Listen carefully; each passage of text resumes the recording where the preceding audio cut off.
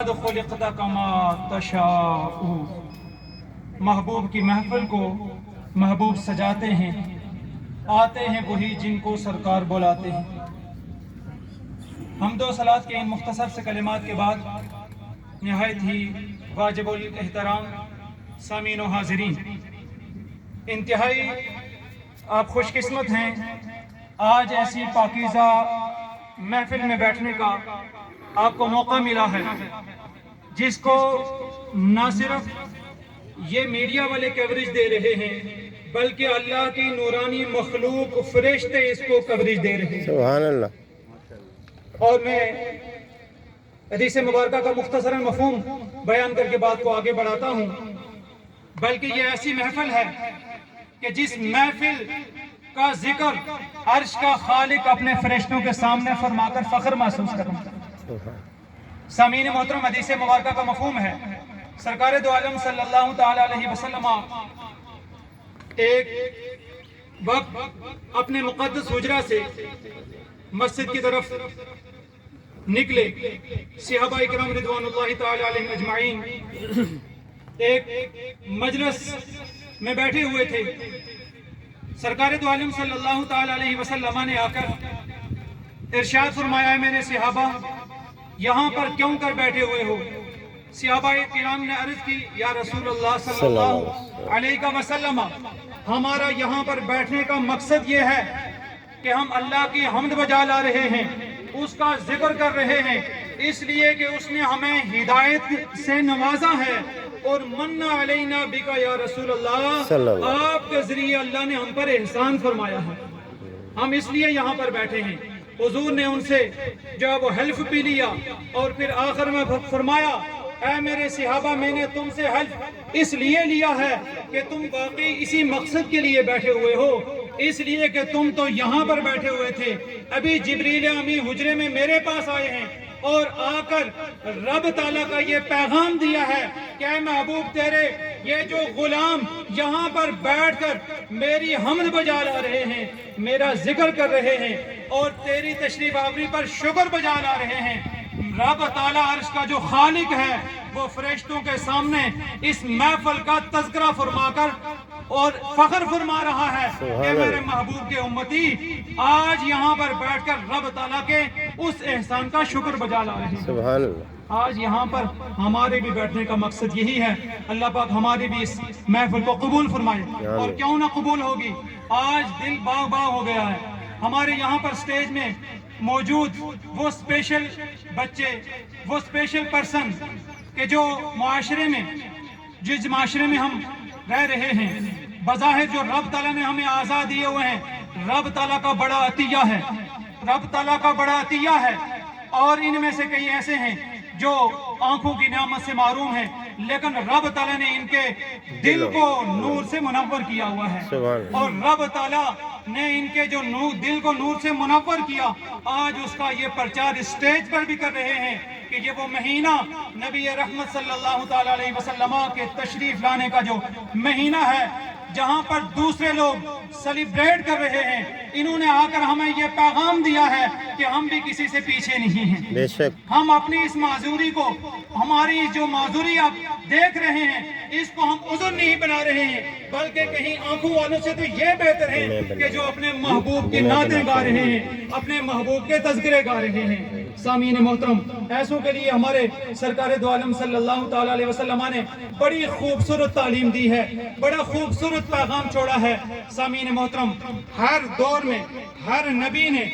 ایسے لوگوں کا اسپیشلی خیال رکھا ہے، اور تورات و انجیل میں بھی اسپیشلی ان لوگوں کے باپ بندے ہوئے ہیں۔ اور پھر اللہ کے ایک نبی حضرت عیسیٰ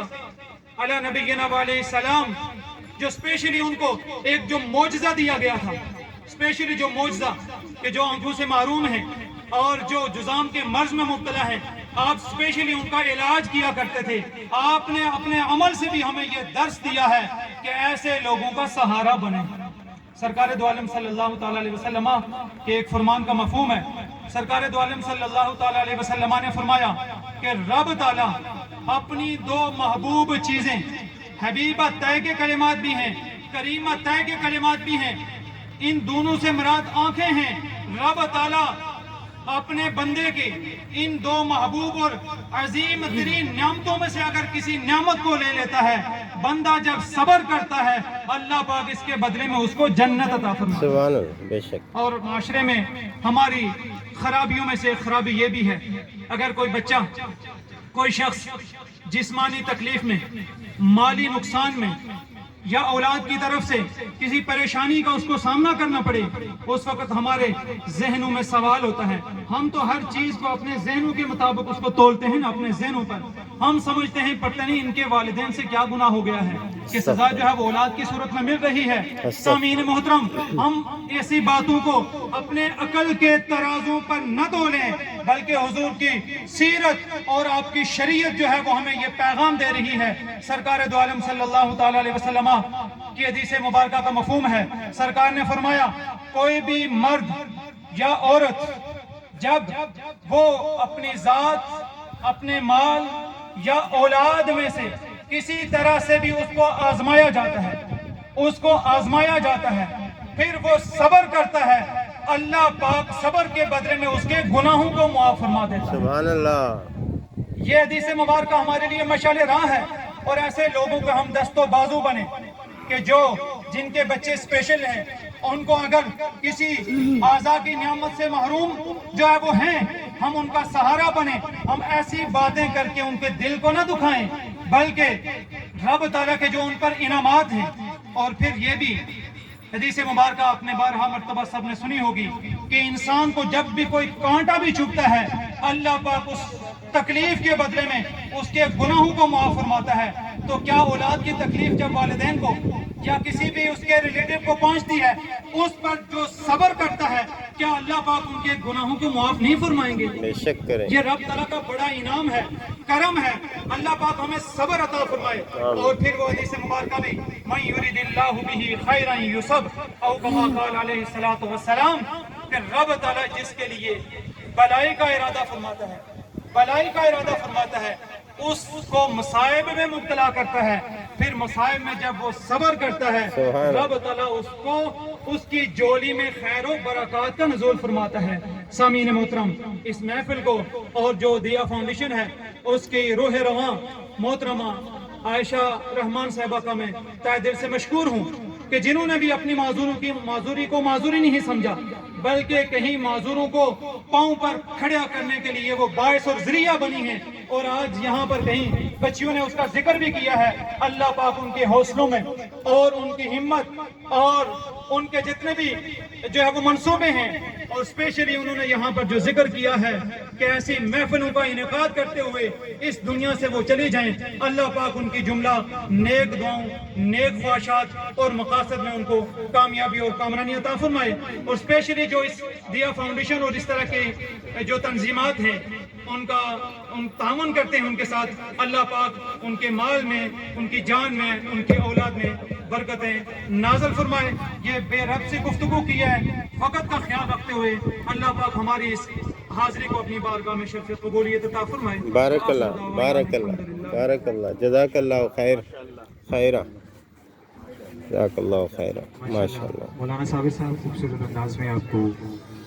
ماشاء اللہ۔ باتیں بتا رہے تھے۔ ہمیں پتہ ہے کہ وقت کم ہے، اس لیے ہم وائنڈ اپ کریں گے اپنی اس تقریب کو، اور انتہائی ادب کے ساتھ بلا تاخیر بلا تعطل میں جناب مفتی اسماعیل ٹوری صاحب سے درخواست کروں گا سر آپ تشریف لائیں گے اور ہمارے آڈینس سے مخاطب ہوں گے، لیکن اس سے پہلے عائشہ بیٹا عائشہ تشریف لائیے۔ میں چاہ رہا ہوں پہلے پرائز ڈسٹریبیوشن سیرمنی ہو جائے مولانا صاحب کے ہاتھ سے، اس کے بعد خطاب ذیشان، دعا اور اختتام اور نماز کی جانب ہم چلیں گے۔ تو کچھ گفٹس ہیں جو مفتی صاحب آپ کے دست مبارک سے میں چاہتا ہوں کہ ہمارے مہمانان گرامی کو پیش کیے جائیں۔ گفٹ لانے والے بچے میری طرف توجہ رہیں گے، میں اناؤنس کرتا ہوں اور 1 بائی 1 گفٹ لاتے جائیں تاکہ ہم جو ہیں گفٹ دیتے جائیں۔